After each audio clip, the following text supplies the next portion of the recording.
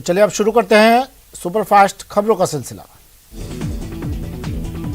Bharatiya Janata party के सांसद जसकौर मीणा ने भारत जोड़ो यात्रा और कांग्रेस पर बड़ा हमला बोला। उन्होंने दौसा में बयान देते हुए कहा कि राहुल गांधी को भारत जोड़ो यात्रा के बजाय कांग्रेस जोड़ो यात्रा निकालनी चाहिए। राज्यसभा सांसद डॉक्टर किरोड़ी लाल मीणा इन दिनों मिशन गुजरात पर हैं। गुजरात के संतरामपुर विधानसभा क्षेत्र में आदिवासियों के बीच जाकर भाजपा के लिए वोट मांग रहे हैं। मंगलवार की रात में आदिवासी अंचलों का दौरा करते नजर आए। बूंदी के केशवराय पाटन में चंबल तट पर चल रहे 15 दिवसीय कार्तिक मेले में आज 16वें दिन भाजपा द्वारा आयोजित भजन संध्या में बतौर मुख्य अतिथि के रूप में शिरकत करने आए लोकसभा अध्यक्ष ओम बिरला का वाइस चेयरमैन राजविंता गुजर सहित कस्बे के लोगों ने जोर शोर से स्वागत सत्कार किया। कोटा में रिश्वत लेते रंगे हाथों गिरफ्तार हुए पंचायत समिति डग के ग्राम पंचायत सुनारी के रोजगार सहायक को कोटा की एसीबी कोर्ट में पेश किया गया, जहां से कोर्ट ने घूसखोर रोजगार सहायक अंतिम कुमार मीणा को 5 दिसंबर तक जेल भेजने का आदेश दिया। सुजानगढ़ में इंस्टाग्राम आईडी की डुप्लीकेट आईडी बनाकर अश्लील फोटो डालने और गंदे कमेंट्स कर बदनाम करने के आरोप में पुलिस ने एक युवक को गिरफ्तार कर लिया। झालावाड़ के जिला एसआरजी अस्पताल में एक बार फिर चोरी की कोशिश हुई। इस बार चोरों ने एक बार फिर से ऑक्सीजन की पाइपलाइन चोरी करने की कोशिश की, जिससे अस्पताल की मेडिकल आईसीयू में जा रही ऑक्सीजन सप्लाई बाधित हो गई। Mamta health institute for mother and child Nai Delhi के द्वारा धौलपुर में मातृ मृत्यु दर एवं शिशु मृत्यु दर को कम करने के लिए चलाए जा रहे प्रोजेक्ट जागृति के ममता मौसी कैंपेन के अंतर्गत बाड़ी और सरमथुरा के 80 गांवों में एलईडी वैन के द्वारा परिवार नियोजन के प्रति जन जागरूकता अभियान शुरू किया गया। मुख्यमंत्री बजट घोषणा 2021-22 में जिला मुख्यालय धौलपुर पर स्वीकृत राजकीय नर्सिंग कॉलेज का वर्चुअल माध्यम से मुख्यमंत्री अशोक गहलोत ने मंगलवार को शिलान्यास किया। जूनियर बॉयज नेशनल कबड्डी प्रतियोगिता में राजस्थान टीम द्वारा गोल्ड मेडल जीतने पर खिलाड़ियों का स्वागत किया गया। राजधानी के चौगान स्टेडियम पर विजय जुलूस निकालकर खिलाड़ियों की हौसला अफजाई की गई। उदयपुर में एनिमल्स लवर्स ने बेजबान बेसहारा कुत्तों के लिए आशियाना बनाकर पशु प्रेम और मानवता का संदेश दिया। इसके साथ ही सभी से बेसहारा बेजबान श्वानों को सर्दी से बचाव के लिए ऐसे छोटे छोटे आशियाने बनाने की अपील की गई। बूंदी के रामनगर गांव में समुदाय विशेष में व्याप्त कुरीति को त्याग कर मंगलवार को युवक युवती विवाह बंधन में बंध गए। इस दौरान जिला प्रशासन, पुलिस प्रशासन, बाल कल्याण समिति, समाजसेवी, जनप्रतिनिधियों एवं सामाजिक संस्थाओं के सहयोग से रामनगर स्कूल में विवाह आयोजन संपन्न करवाया गया। कोटा जिला प्रशासन की पहल पर चिकित्सा एवं स्वास्थ्य विभाग की ओर से जिले में शुरू किए गए नवाचार निरोगी कोटा स्वस्थ कोटा ईसी जागरूकता अभियान के तहत आज राजकीय जेडीबी कन्या महाविद्यालय में जागरूकता कार्यक्रम का आयोजन किया गया। पाली में मुख्यमंत्री अशोक गहलोत ने मंगलवार को पाली में राज्य स्तरीय कार्यक्रम में 19 राजकीय नर्सिंग महाविद्यालयों के शिलान्यास किया। साथ ही पाली में 350 करोड़ 50 लाख रुपए के विभिन्न विकास कार्यों का भी शिलान्यास एवं लोकार्पण किया। श्रीगंगानगर के सूरतगढ़ में स्वर्णकारों ने मुख्यमंत्री के नाम एसडीएम को स्वर्णकार कल्याण बोर्ड बनाने के संबंध में ज्ञापन दिया। ज्ञापन में स्वर्णकार यानी सुनार जाति के साथ भेदभाव करने की बात की गई। दानपुर के पास पिकअप और ट्रक की टक्कर में 5 लोग घायल हो गए, जिनमें एक की मौत, 4 को उपचार के लिए महात्मा गांधी अस्पताल में लाया गया। दानपुर थाना पुलिस के एएसआई रण सिंह ने बताया कि ट्रक और पिकअप में सवार 5 लोग रतलाम निवासी थे, जिसमें एक की मौत हो गई। बूंदी में नंदीशाला खोलने की मांग को लेकर गौरक्षकों द्वारा जिला कलेक्ट्रेट के बाहर शुरू किया गया धरना दूसरे दिन भी जारी रहा। इस दौरान धरने पर बैठे गौरक्षकों ने जिला प्रशासन के विरुद्ध जमकर नारेबाजी की। बूंदी के देई नैनवा क्षेत्र में यूरिया की चल रही किल्लत के चलते किसान परेशान है। सुबह 4 बजे लंबी लाइनों में लगने के बाद भी किसानों को खाद नहीं मिल पा रही है। सुजानगढ़ में स्वर्णकार वेलफेयर एसोसिएशन के मदनलाल सोनी सुरेश सोनी ने उपखंड अधिकारी मूलचंद लूनिया को मुख्यमंत्री के नाम ज्ञापन सौंपकर स्वर्णकार कला बोर्ड के गठन की इसी चुनावी सत्र में घोषणा कर क्रियान्वयन करने की मांग की है। बांसवाड़ा शहर के कुशलबाग मैदान में एक कार्यक्रम आयोजित कर बांसवाड़ा के राजकीय नर्सिंग कॉलेज का शुभारंभ कर दिया गया। इसका औपचारिक रूप से घोषणा और अनावरण मुख्यमंत्री अशोक गहलोत के द्वारा एक वर्चुअल कार्यक्रम में किया गया। पुराने काम के दौरान काटी गई राशि दिलवाने और नई तनख्वाह में बढ़ोतरी जैसी कई मांगों को लेकर आश्रम छात्रावास, रसोइया संघ और अन्य ने बांसवाड़ा शहर में प्रदर्शन किया। राजसमंद के देवगढ़ कस्बे के कृषि मंडी के पीछे रेलवे क्रॉसिंग के पास एक पैंथर अचानक से खेत की तारबंदी में फंस गया, जिसके बाद वन विभाग की टीम की मदद से पैंथर को ट्रैंकुलाइज कर वन विभाग के सुपुर्द किया गया। बूंदी के देई कस्बे में आज भारतीय जनता पार्टी द्वारा जिला कार्य समिति की बैठक का आयोजन किया गया, जिसमें बतौर मुख्य अतिथि शिरकत करने आए भाजपा युवा मोर्चा प्रदेश अध्यक्ष हिमांशु शर्मा ने पार्टी कार्यकर्ताओं और नेताओं को संबोधित किया। राष्ट्रीय महिला आयोग, जिला प्रशासन एवं पुलिस विभाग सवाई माधोपुर के संयुक्त तत्वावधान में देह व्यापार में लिप्त परिवार को समाज की मुख्य धारा से जोड़ने के लिए मिशन रोशनी के तहत सम्मेलन का आयोजन किया गया। इसकी अध्यक्षता कलेक्टर सुरेश कुमार ओला ने की। सीएम अशोक गहलोत ने मंगलवार को पाली में आयोजित राज्य स्तरीय नर्सिंग महाविद्यालय के शिलान्यास समारोह में राजकीय नर्सिंग महाविद्यालय झुंझुनू का वर्चुअली शिलान्यास किया। जिला स्तरीय वर्चुअली शिलान्यास कार्यक्रम झुंझुनू के बीडीके अस्पताल परिसर में आयोजित किया गया। श्रीगंगानगर में भारतीय जनता पार्टी अगले महीने प्रस्तावित जन आक्रोश रथ यात्रा की तैयारियों में जुट गई है। भाजपा जिला अध्यक्ष आत्माराम तरड़ ने आज जिला कार्यालय में युवा मोर्चा, महिला मोर्चा, ओबीसी मोर्चा सहित अन्य कार्यकर्ताओं की बैठक की। श्रीगंगानगर के ट्रेडर्स एसोसिएशन बचाओ संघर्ष समिति ने हाल ही में हुए चुनाव में अनियमितता के आरोप लगाते हुए नवनिर्वाचित प्रधान से इस्तीफा देने की मांग की है। श्रीगंगानगर के श्री विजय नगर में राजकीय बालिका उच्च माध्यमिक विद्यालय में छात्राओं को सैनिटरी नैपकिन वितरित किए गए। महावीर इंटरनेशनल द्वारा छात्राओं को 350 सैनिटरी नैपकिन के पैकेटों का वितरण किया गया। रेल मंत्री अश्विनी वैष्णव मंगलवार की रात करीब 9:15 बजे दौसा रेलवे स्टेशन पर पहुंचे। यहाँ बीजेपी सांसद जसकौर मीणा ने दौसा संसदीय क्षेत्र के रेलवे स्टेशनों से जुड़ी समस्याओं एवं मांगों के संबंध में रेल मंत्री को ज्ञापन भी दिया। ज्ञापन में दौसा रेलवे स्टेशन पर गरीब रथ और डबल डेकर ट्रेन के ठहराव की मांग की गई। श्रीगंगानगर के खालसा स्कूल में 66वीं राज्य स्तरीय कबड्डी प्रतियोगिता में प्रदेश के 33 जिलों की 70 टीमों के करीब 800 खिलाड़ी अपना दमखम दिखा रहे हैं। राजस्थान कबड्डी प्रतियोगिता के आज तीसरे दिन भी 17 और 19 वर्षीय वर्ग की विभिन्न टीमों के बीच रोचक मुकाबले। कोटा में निरोगी कोटा, स्वस्थ कोटा नवाचार के तहत कोटा को एनीमिया मुक्त बनाने के लिए मंगलवार को चिकित्सा संस्थान, आंगनबाड़ी केंद्र और स्कूलों में शक्ति दिवस का आयोजन किया गया। इस दौरान केंद्रों पर लक्षित वर्ग, बच्चे, किशोर किशोरियों, प्रजनन उम्र की महिलाएं की स्क्रीनिंग की गई। राजसमंद में G20 समिट की तैयारी शुरू हो गई। जिला कलेक्टर और जिला परिषद के अतिरिक्त मुख्य कार्यकारी अधिकारी भुवनेश्वर सिंह चौहान ने ग्राम पंचायत कुंभलगढ़ में G20 शिखर सम्मेलन की तैयारियों का जायजा लिया।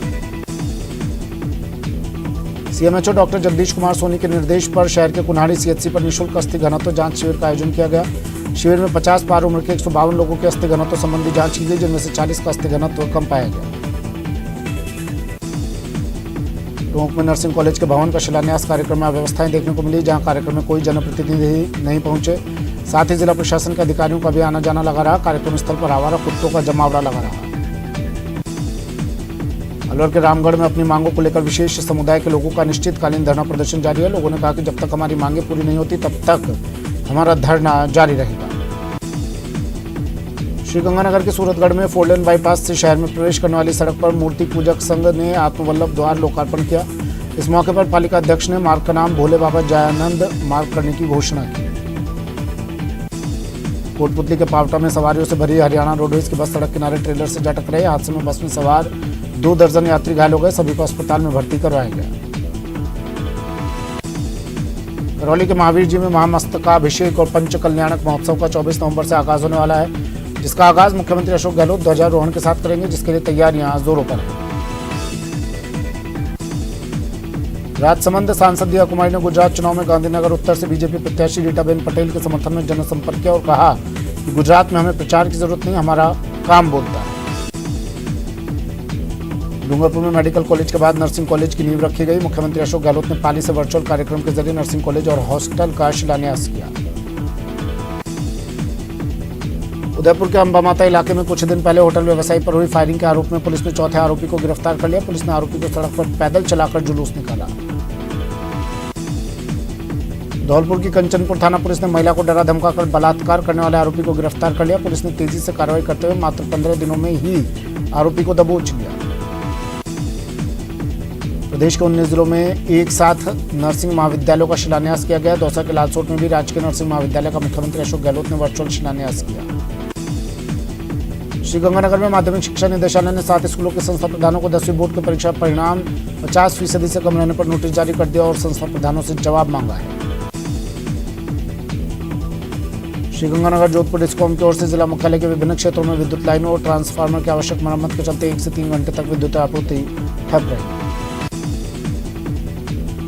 सीकर पुलिस की स्पैरो टीम ने परशुराम पार्क के पास एक कैफे पर कार्रवाई की, जहां 6 युवकों और युवतियों को हिरासत में लिया गया। दबिश देते ही कैफे संचालक मौके से फरार हो गया। कोटा में नगर विकास न्यास के अतिक्रमण निरोधक दस्ते ने अनंतपुरा थाने के पीछे सरकारी भूमि पर अवैध रूप से बनी हुई दुकानों को हटाया। साथ ही इलाके के और भी जगहों पर अतिक्रमण हटाया गया। अलवर के उद्योग नगर में एक बुजुर्ग व्यक्ति को लहाना देना भारी पड़ गया। मामूली कहासुनी से बड़े विवाद में दुकानदार ने बुजुर्ग को धक्का दे दिया, जिसमें बुजुर्ग की मौत हो गई। जम्मू कश्मीर में आयोजित राष्ट्रीय वॉलीबॉल प्रतियोगिता राजस्थान की टीम ने स्वर्ण पदक जीता। टीम की खिलाड़ी संगीता जाट के राजसमंद पहुंचने पर ग्रामीणों ने जोरदार स्वागत किया। झालावाड़ में बीजेपी की जिला कार्य समिति की बैठक आयोजित हुई, जिसमें सांसद दुष्यंत सिंह, जिला प्रभारी छगन माहौर और भाजपा एसटी प्रकोष्ठ प्रदेश अध्यक्ष जितेंद्र मीणा ने शिरकत की। धौलपुर में विशेष न्यायालय पॉक्सो एक्ट ने 2019 में नाबालिग के अपहरण और दुष्कर्म मामले में आरोपी को 10 साल की सजा सुनाई। साथ ही आरोपी पर 70,000 का जुर्माना भी लगाया। प्रतापगढ़ के दलोट निनोर में दो बाइकों में आमने सामने की भिड़ंत हो गई, जिसमें एक युवक की मौत हो गई, वहीं एक युवक गंभीर रूप से घायल हो गया, जिसका इलाज चल रहा है। सरदार शहर के लूणकरणसर रोड पर पिकअप ने बालक को टक्कर मार दी, जिससे बालक की मौत हो गई। 14 साल का बच्चा बाकी बच्चों के साथ खेल रहा था, तभी तेज रफ्तार पिकअप ने उसे टक्कर मार दी। पूर्व राज्य मंत्री गोपाल किशावत की बेटी का अब तक कोई सुराग नहीं मिला। 24 घंटे बीतने के बाद भी जयपुर पुलिस के हाथ खाली है। सोमवार को राज्य मंत्री की बेटी अभिलाषा का अपहरण हुआ था। राजस्थान क्रिकेट एसोसिएशन चुनाव को हाईकोर्ट ने हरी झंडी दे दी और जिला क्रिकेट संघ की याचिका खारिज कर दी गई। अब नए सिरे से चुनाव होंगे। उदयपुर से बड़ी खबर इस वक्त की। राजस्थान आयकर विभाग के छापे की बड़ी कार्रवाई। उदयपुर के 2 कारोबारी समूहों पर इनकम टैक्स की बड़ी रेड। एक्मे ग्रुप और अंकुर ग्रुप पर छापे की कार्रवाई लगातार जारी है। अभी रियल एस्टेट और फाइनेंस के कारोबार से ये दोनों ग्रुप जुड़े हुए हैं। उदयपुर में 35 ठिकानों पर छापे की कार्रवाई जारी है। मुंबई में भी 2 ठिकानों पर आयकर विभाग की बड़ी रेड। बड़ी खबर टीवी स्क्रीन पर। उदयपुर के 2 कारोबारी समूहों पर income tax raid. Acme group और अंकुर ग्रुप पर छापे की कार्रवाई जारी। रियल एस्टेट और फाइनेंस के कारोबार से ये दोनों ग्रुप जुड़े हुए हैं। उदयपुर में 35 ठिकानों पर एक साथ छापे की ये कार्रवाई चल रही है। मुंबई में भी 2 ठिकानों पर आयकर विभाग की रेड। बड़ी खबर टीवी स्क्रीन पर उदयपुर से। राजस्थान आयकर विभाग के छापे की बड़ी कार्रवाई।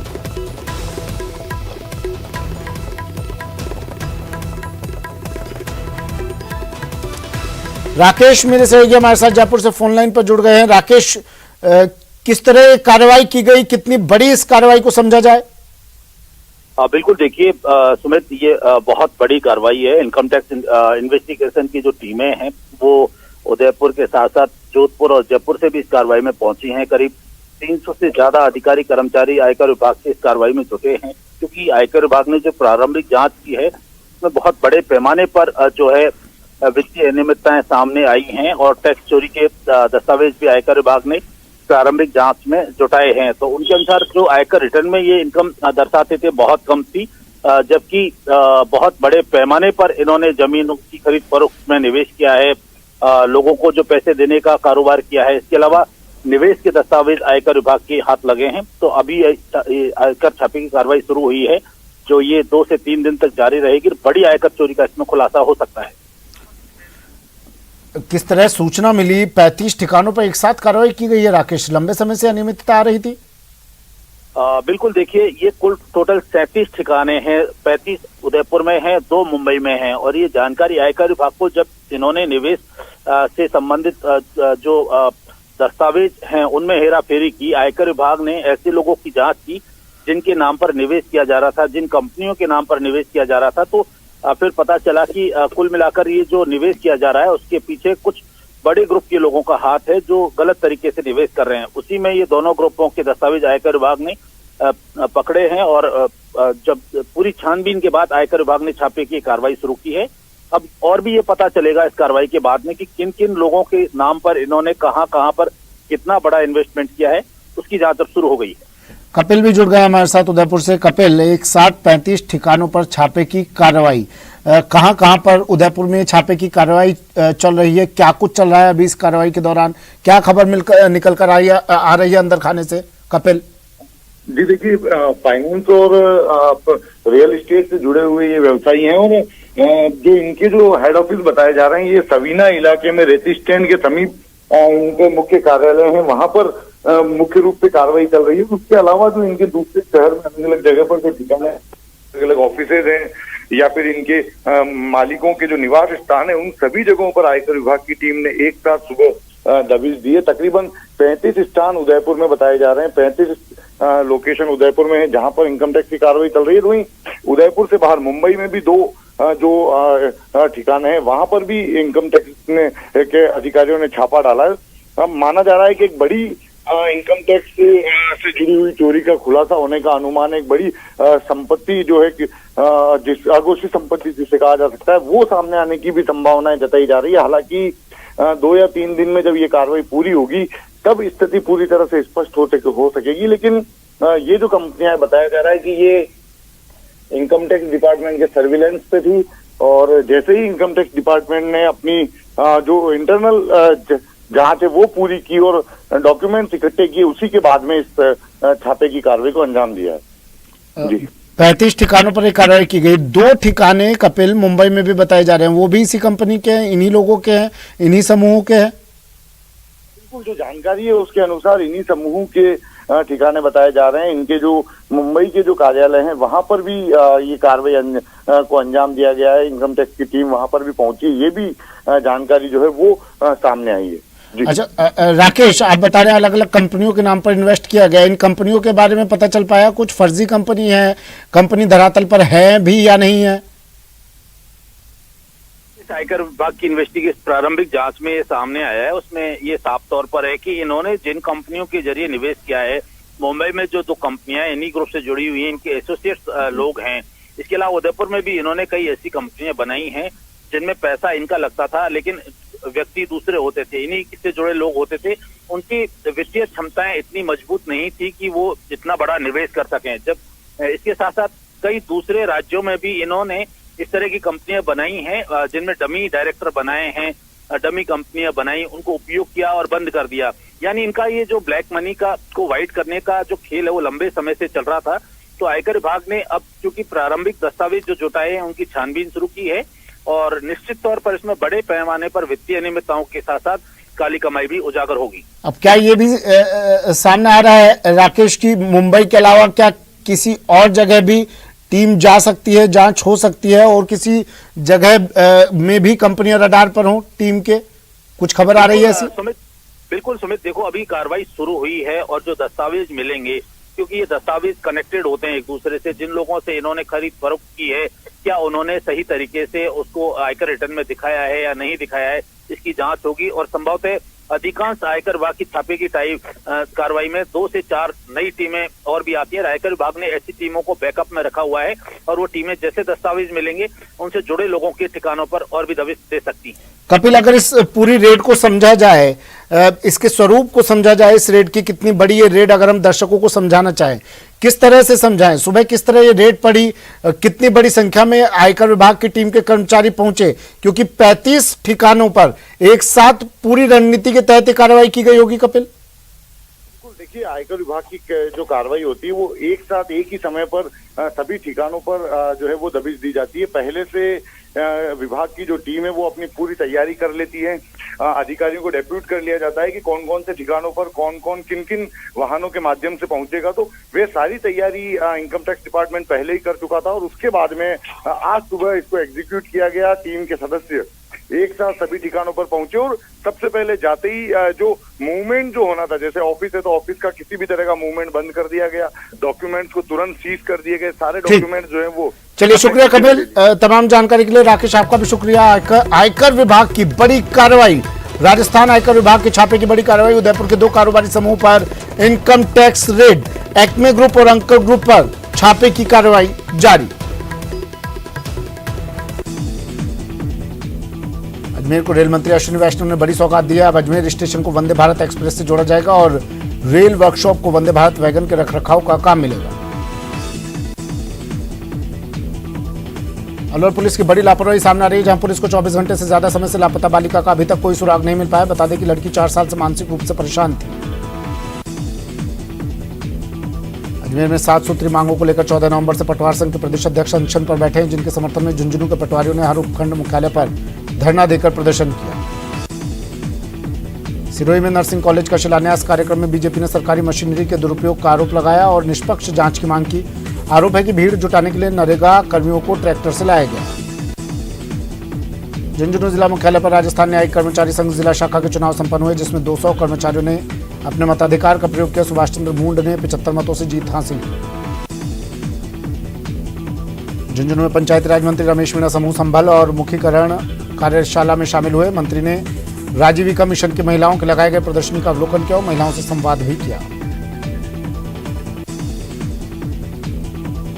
श्रीगंगानगर के पब्लिक पार्क मार्केट और मटका चौक स्कूल पार्किंग में टेंडर खत्म होने के बाद भी ठेकेदार पार्किंग शुल्क वसूल रहे थे, जिस पर नगर परिषद ने ठेकेदार के खिलाफ अवैध वसूली में कार्रवाई का फैसला लिया।